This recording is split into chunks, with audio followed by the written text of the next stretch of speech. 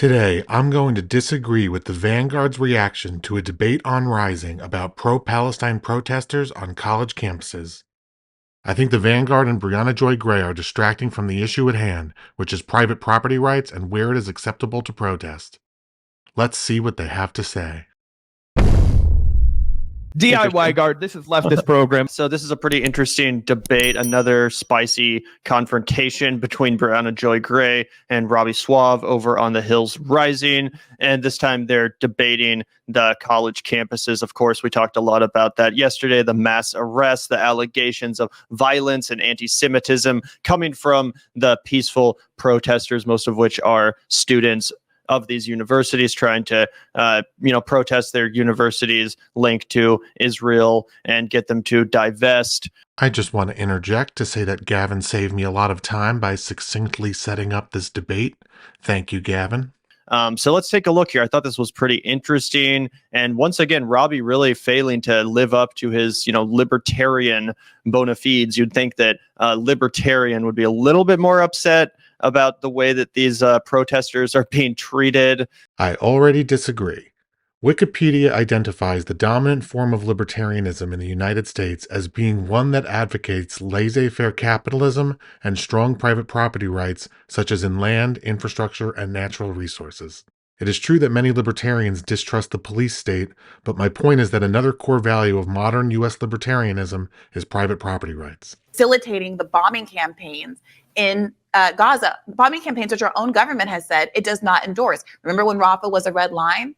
Remember when bombing Iran was a red line? These universities are directly implicated in this, and the students and the professors who have come out in their defense, forming a human shield, holding hands around students in prayer to protect them from the police force at NYU. I mean, they're forming human chains to prevent Jewish students from moving among their midst. That's not true. They absolutely did that. Robbie, at NYU, I'm describing a specific incident in which university professors. I'm describing a specific incident. I'm also describing a specific incident where this is all a distraction from the issue of private property rights. I'm just saying. University professors came out and created a circle around students in prayer. If they're trespassing, then I don't really care. A Passover prayer. Still don't care? Don't see how that's relevant? As they were being attacked by the NYPD, handcuffed and arrested. Never mind. That background made the story a lot better. That's what happened in the United States of America. Pardon me while I salute America. Well done, America. Well done. All right, so let's take a look at some of the actual, evidence behind what Robbie's talking about. Let's take a look at one of the videos that I'm guessing Robbie is referencing. This one's been going around, and I wanted to play it just so that we're, being fair and referencing what he's talking about. So let's take a look here. Attention, everyone. Can I get everyone to form a human chain right here, please? We have Zionists that have entered the camp. Repeat after me. We have Zionists. Who have entered the camp. We are going to create a human chain. Where I am standing. So that they do not pass this point. Wait for it. This is the best part. And infringe upon our privacy. And try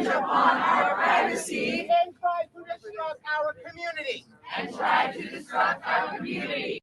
Infringing on privacy and disrupting a community. Who does that sound like? All right, let's let Gavin react, and then I'll respond. So in case it's not clear, they're not blocking Jews from moving around the campus. In fact, a lot of the protesters are Jewish. They're Jewish students that are outraged by what the country of Israel, the government of Israel and America is currently facilitating. There's this one video where they're seemingly trying to stop Zionist counter-protesters from disrupting their community and infringing on their privacy, but it's never even stated if the Zionists are Jewish. You can be a Zionist Christian, you can be a Zionist atheist, you don't have to be a Jew. First, I want to point out that this is just a distraction from the fact that we're watching students act like this property is theirs. That's called stealing. These students are squatters. Second, I agree with Gavin that the term Zionist does not automatically equal Jewish. However, I am concerned that the term Zionist is being used by unsavory actors as a coded term for Jewish. At some point, a word can become a slur, and these protesters are targeting someone for being Zionist, whatever that means. Third, this video does not prove what the Vanguard says it proves. What I see is a group of students occupying private property, and what I hear is that they're going to form a human chain so that a Zionist, again, whatever that means, cannot enter the private property. Assuming this Zionist is a student with an equal right to access private Columbia property, then isn't it wrong to deny the Zionist access to that property? And given that these protesters are occupying land that isn't theirs, wouldn't the Zionists be justified in, say, resisting these occupiers? Anyway, I'm going to skip ahead to a point that Zach makes that I hear frequently but don't understand. Oh, there were mass rapes and women's genitalia was getting mutilated in broad daylight. And it's like, actually, we find out that the IDF was mowing those people down from a helicopter. I've heard this point about the helicopter, and I don't understand how it's relevant. As far as I can tell, one person may have been killed by friendly fire from a helicopter on October 7th. That doesn't negate the fact that Hamas rampaged through southern Israel, slaughtering people as they went. Skipping ahead a bit, Zach introduces a meme about Robbie that I think perfectly encapsulates the issue at hand. Before we get back to Robbie, you know, this is it. I couldn't think of a better embodiment for the guy than you know, this little meme format right here. Nothing I could say would do it justice, but he's got to choose between, you know, as a libertarian, you know, a private property, that's a tough one. But then the freedom to assemble, that's another libertarian hardliner. The answer is private property. That's the answer. I can't protest on your front lawn, for example. There's a classic saying that goes, "Your liberty to swing your fist ends just where my nose begins." Well, your freedom to assemble and set up encampments ends where private property begins. That's the answer. Let's skip ahead. I don't think the police should be called in to deal with it. I think this is an academic matter. If students don't show up to their classes or to their exams, It was then at it can be night. dealt with that way. What are you They made talking all about? pause it. I mean, at Columbia, they're planning. At Columbia, they made all classes online until the end of the semester. So these kids have nowhere to be except anywhere with the internet, which happens to be all of New York City. If I may translate that, Columbia University acquiesced to trespassers and made it easier for them to trespass. To occupy the campus until what? Until the right to return No, is regranted The to students, Palestinians displaced from Gaza. the students are not the ones that. Can caused we the pause it whole again? I'm problem. sorry. The Robbie has no empathy. This man has no capability to at all relate to or sympathize with or care about the one of the most devastating. I'm going to stop Zach there. I know this sounds crazy because Columbia is a faceless nonprofit corporation with a multi-billion-dollar endowment, but they're the aggrieved party here, along with the students whose lives have been disrupted by these protests. They deserve your empathy. Skipping ahead. Long story short, we've got more libertarian cope. They like to say that they're pro-freedom. You see people who are exercising their most fundamental freedoms as Americans, their right to protest, their right to assemble, their right to take a stand, their right to speak out against atrocities. And somehow this flag waving, oh, I love America, I'm a libertarian, liberty. That's where they get the name.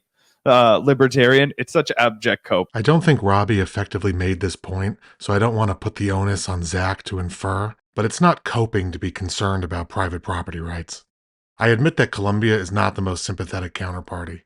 However, that doesn't let a bunch of disgruntled students occupy Columbia's property. administration is doing that, and some people No, think no, I it's know that. as a cudgel to try to make it seem as though the students are actually disrupting the functioning of the university in a way that they frankly are not. They clearly are, though. There's going to be no in-person classes, compromising the educational processes at the university, and then they're going to complain later that they can't get jobs and we have to pay for their student loans. Fact check true. I'm going to skip ahead to what I think is a very interesting point raised by Zach. Yesterday, there was reporting in The Intercept, the dozens of law professors from Columbia Law, one of the most respected law schools in all of the country, came out and said, we cannot continue to teach our students the rule of law when it is abjectly not applying to them, even on our campus. They were like, we all have a different understanding of this political issue, but we all have the same understanding of the law because it's written in stone. You cannot just brazenly pluck children and students that have a right to be on campus off of it with police. It was a huge disregard for their rights, both as students and citizens. And when you have dozens of bipartisan law professors from one of the most elite establishment colleges in America, an Ivy League university, you violated some people's rights. Let's walk through this letter from the Columbia law professors. The Intercept article that Zach mentioned is linked in the description under sources. You should check it out. They have the full letter in there. So I am totally unconvinced by this letter. In fact, it reads like a letter that was written by a bunch of lawyers to say nothing of value. First, they say they are writing to urge respect for basic rule of law values that ought to govern Columbia. I have a problem with the words respect, basic, values, and ought. They make the term rule of law completely meaningless.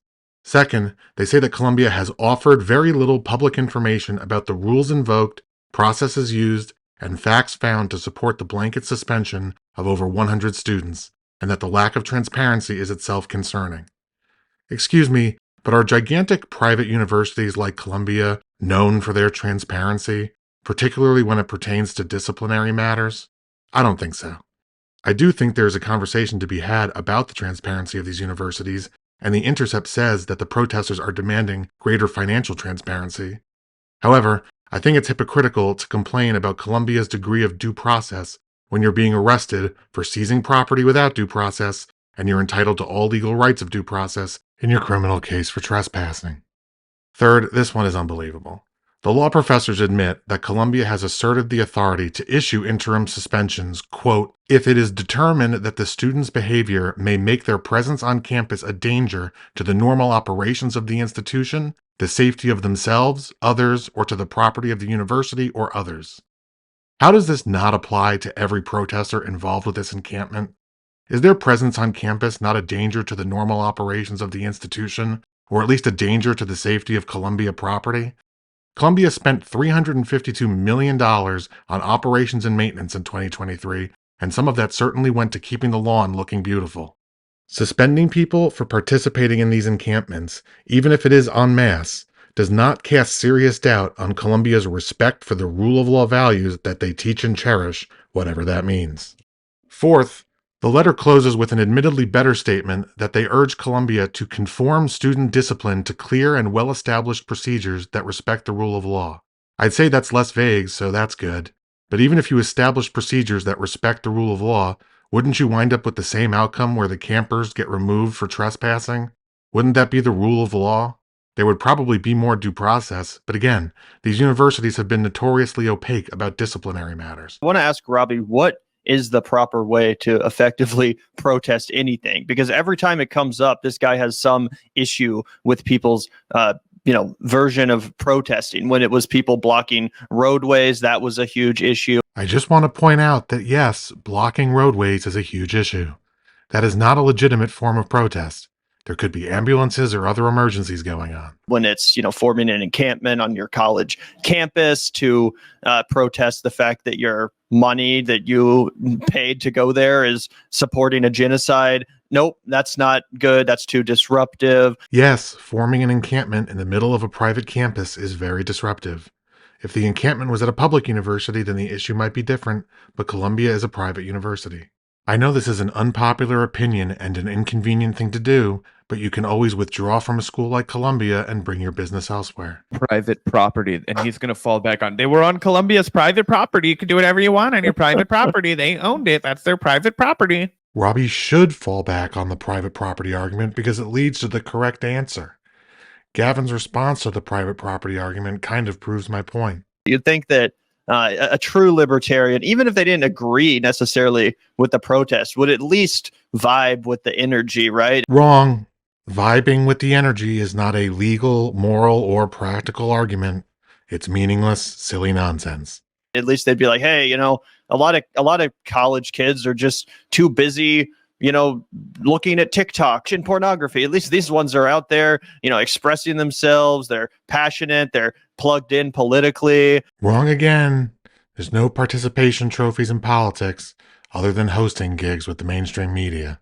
Sure, I might not agree with them on everything. I'm not sure if I agree with them on anything at this point. But yeah, if more American citizens displayed this sort of attention to what their government is doing, then we'd be in a lot better place. If more Americans acted like these protesters, it would be utter pandemonium. That's why it's important for Colombia to set a precedent now while the whole country is watching. There's a time and a place for protest, and these encampments at Colombia aren't it. It's like, how is that not the obvious response? Come on, man. Especially when there hasn't been a single legitimate piece of evidence suggesting that really any of these protesters have been violent or anti-Semitic. It seems like pearl clutching. I do want to agree with Gavin here. I have not seen anything to suggest that violence or anti-Semitism is rampant in these protests. These seem like mostly peaceful protests. Yes, I know that's a meme, but I want to give credit where credit is due. However, that doesn't change anything. It's private property and they are trespassing. Columbia is close to Riverside Park, Morningside Park, and Central Park, all of which are more appropriate places to protest given that they are at least public property. Okay, I'm going to end this by responding to 3 notable clips from the rest of the Vanguard's video. Their full video is linked in the description under sources, and I encourage you to watch it in its entirety for more context.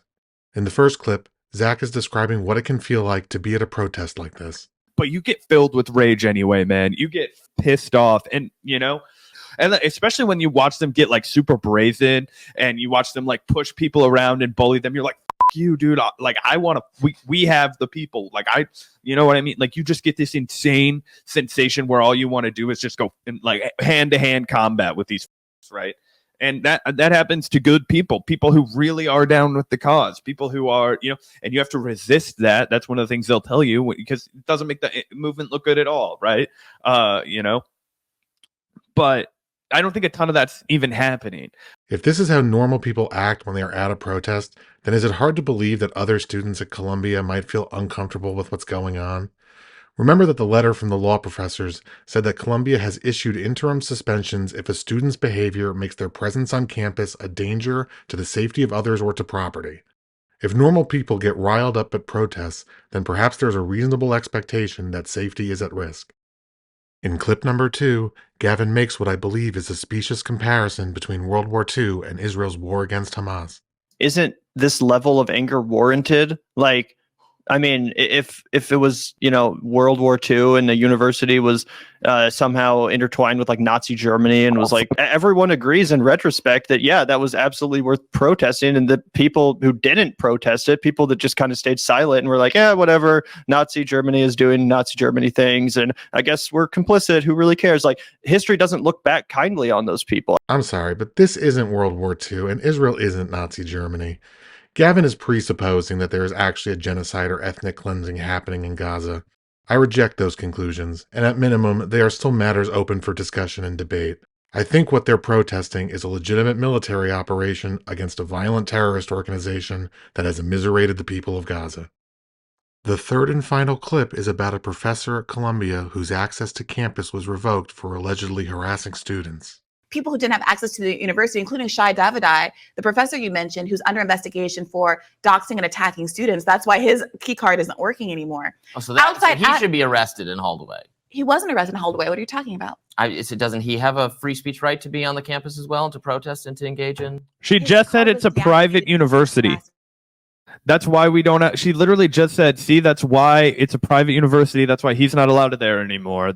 Whereas NYU, it is public and you can go there. Robbie, it's just so intentionally obtuse. It's ridiculous. What's ridiculous is to cite private property rights when it comes to denying entry to what I can only guess is a Zionist, but ignore private property rights when it comes to the protesters and encampment. Private property rights are applicable in both cases. Anyway, the rest of the Rising segment devolves into a hostile but hilarious exchange between Brianna and Robbie. Let me know what you guys think in the comments, and please like and subscribe.